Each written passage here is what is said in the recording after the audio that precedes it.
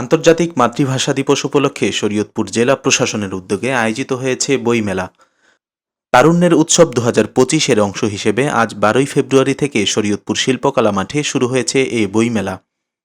উদ্বোধনী দিনে বইপ্রেমী মানুষের ভিড়ে মুখরিত হচ্ছে মেলা প্রাঙ্গণ। সরকারি বেসরকারি প্রতিষ্ঠান ও প্রকাশনী সংস্থাগুলো নানা ধরনের বইয়ের সমাহার নিয়ে অংশগ্রহণ করেছে এই আয়োজনে।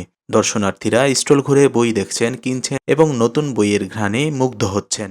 আপনারা জানেন যে তারুণ্যের উৎসব চলছে। তারুণ্যের উৎসব 2025 সারা দেশের ন্যায় অন্যান্য জেলার মতো শরীয়তপুর জেলাতে খুব উৎসাহ উদ্দীপনার ভিতরে উদযাপিত হচ্ছে। একই সাথে এটা ভাষার মাস।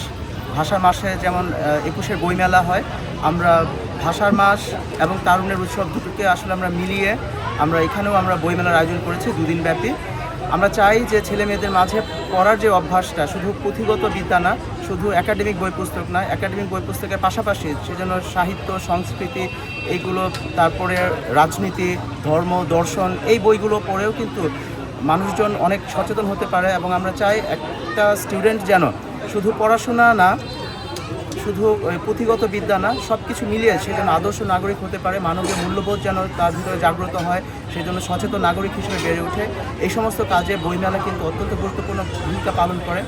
আমাদের মূল প্রয়াসটি হচ্ছে সেই জায়গায় আমরা চাচ্ছি প্রত্যেকটা নাগরিক যেন একজন সচেতন নাগরিক হিসেবে গড়ে উঠতে পারে।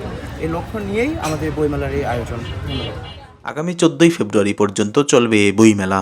পাঠক ও দর্শনার্থীদের পদচারণায় মুখরিত থাকবে মেলা প্রাঙ্গণ। নিউজ ডেস্ক, হুঙ্কার ডিজিটাল।